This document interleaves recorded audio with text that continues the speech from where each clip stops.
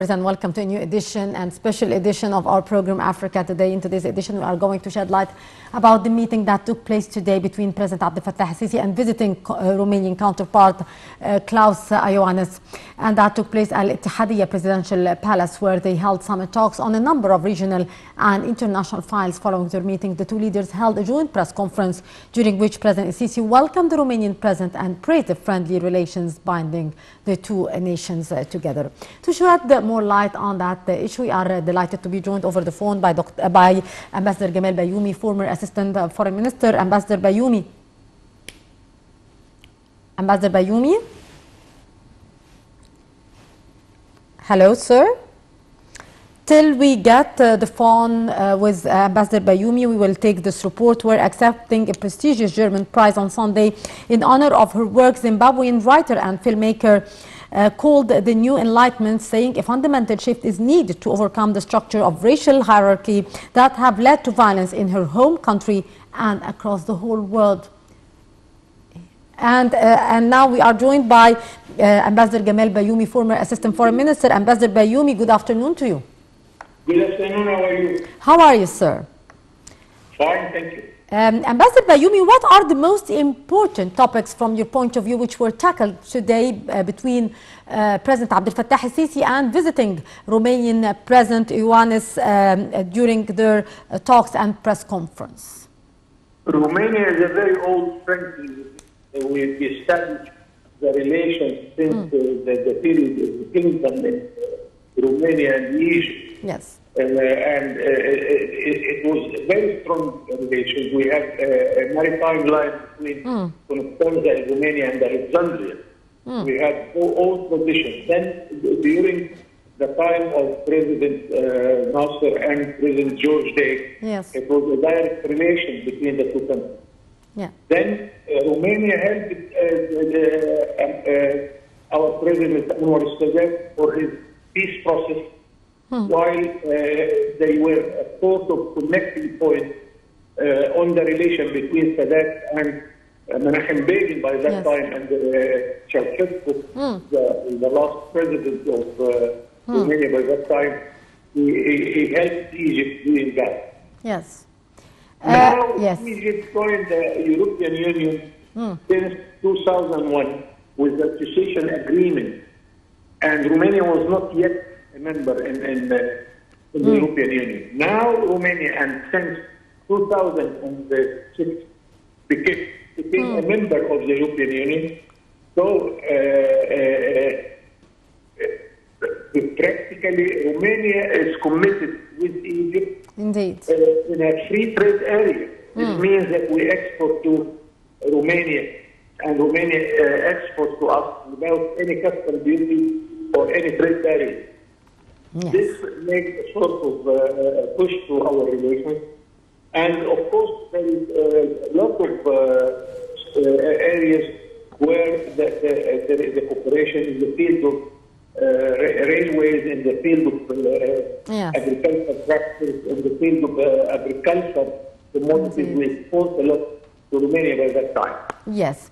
Ambassador Bayoumi, how far the bilateral ties were actually developed, especially after the president taking over the post here? How the Egyptian-Romanian ties were developed on the different levels, on the different fronts as well?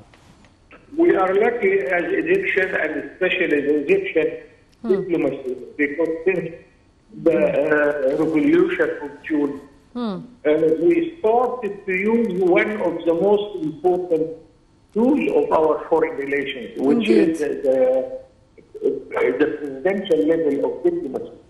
We used to have the ambassadors contact or the ministerial contacts, but we are not in a position to use the presidential level. Now, we are using quite well the presidential diplomacy, and really we have active diplomacy with our president, going to Tokyo and Paris twice in 1 month, going to New York, going to many African countries, and of course in the Arab world.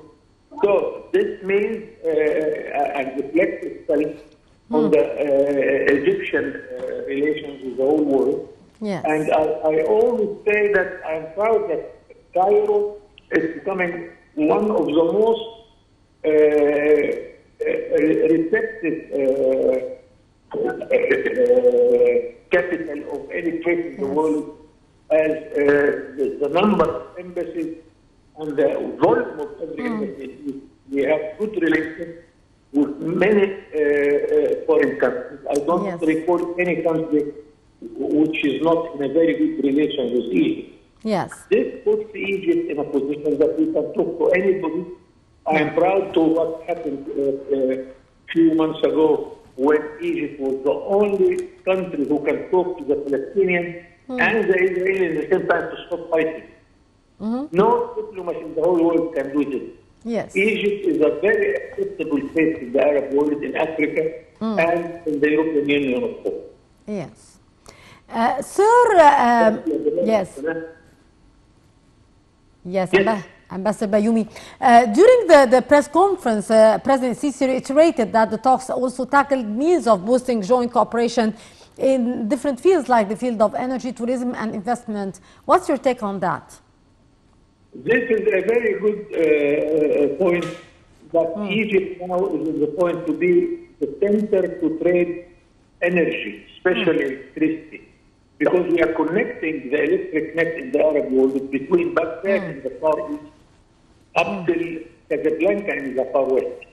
Also from Cairo, Alexandria up till the dams in Sudan, the dams in Congo, the dam in Tanzania, and I hope, hopefully, we shall connect also with the dam in Ethiopia. This will make Egypt in a very good position to sell electricity and also the gas, the new discoveries, where we are in a point to export gas and import gas also to liquidate it and send it exported as a liquid. As of tourism, I recall, because I didn't tell you that my first post in the diplomacy, it was in Romania. And by that time, we were connecting the mountains of Karpat in Romania with the pyramids in Egypt in one shot for any tourist. A tourist can spend a few days in Romania at the Karpat and then come to Egypt to see the pyramids and our monuments. We have this tradition, and we can, of course, revive all these efforts. And we know a lot about the Romanian market. They know a lot about us. We used to exchange a lot of commodities in that time. But Romania, because the system collapsed, Mr. Ceausescu, we were in a very good relationship with the European Union. Our relation with the West, with the Eastern countries of Europe, was a little bit diminishing. Now we are restoring this. We are becoming the main partner to Eastern Europe, and I am waiting really with all optimism that this will be one new field where Egypt can make a lot of progress. Mr. Ambassador, the head of state also said during the press conference that the talks cover the latest developments in the Libyan issue, the Palestinian cause, as well as the Syrian crisis and the issue of legal migration file. How do you see these topics regarding the regional and international issues which were discussed by both leaders? As of we are committed with the European Union, including Romania, to combat the illegal crimes, all the illegal crimes. Here it comes terrorism, it comes drug trafficking, it comes with the illegal migration, and terrorism, of course. So we are committed legally that we shall cooperate with our partners in Europe in order to fight against all these crimes. And thank God that Egypt is doing quite a good job. That the European Union always is praising the efforts of Egypt in order to stop and to combat the illegal migration. Our president was proud to tell his audience that Egypt is hosting more than 6 million migrants, and we don't suffer or we don't complain about that, and we don't make them eager to go to Europe, for instance, like some other countries would do. Yes. So Egypt is dealing with the matter with all honor, and Europe is satisfied with what we are doing. Mr. Ambassador, also we have to say here that Egypt is a pillar in Africa, and indeed it did play an important role in the relation between Romania and other African and Middle Eastern countries. How do you see the Egyptian role here? We are defending the case of Africa. Africa is a very poor continent, although it is a big continent. Africa is transferring money to the developed countries much more than it receives of money from those countries, because Africa is paying its debt, Africa is paying its invoice of imports without having enough investment or having enough of exporting to Europe. That's why Egypt, since the chairmanship of our president of the African Union in 2019, we propose that we start a good combination for investment in Africa with the European finance and with the Egyptian experience, because Egypt, as you will know, is the most accepted state along the whole continent.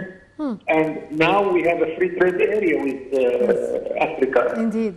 And if we invite Romania to produce in Egypt whatever it can produce, then it will be exempted from any trade barriers or custom duties in Africa with 1,200 million inhabitants. This is one of the largest markets in the whole world. And it is a good chance for any investor to come and invest in Egypt. Yes.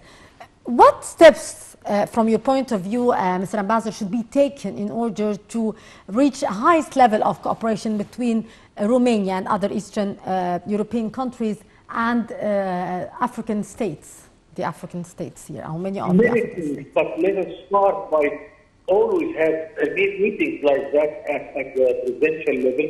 Then at the ministerial level, we want to engage the businessmen in the two countries to meet them, to meet each other, to know what chances we have in Romania, what chances Romania has in Egypt, and also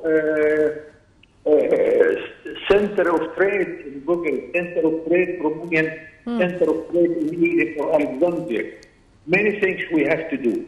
Also, we have to tackle our bureaucracy in order to be much faster while we are dealing with our partners like Romania or like any country in Europe also. Indeed. What still are the challenges which could hinder such high cooperation between Eastern Europe and many of the African nations till this moment? The most important problem is the bureaucracy. And also, transport is a little bit a problem. The banking system needs to be ameliorated much more than it is performing now. And then the knowledge. We need the knowledge of the Romanian market. Yes. We need Romanians to know much more about the Egyptian market in order to exchange trade in all possible merchandise and services. Ambassador Gamal Bayoumi, former Assistant Foreign Minister, thank you very much, sir, for your precious input and for being our guest for today. Always a pleasure to listen to your input, sir. And we are going to watch this report about the European Union, which said it has provided Egypt with more than 550 million euros in grants in response to water challenges, leveraging funds of nearly 3 billion euros in the water resources sector. Meanwhile, the total investments by the European Investment Bank, EIB, in Egypt in 2021 are expected to reach 1 billion euros.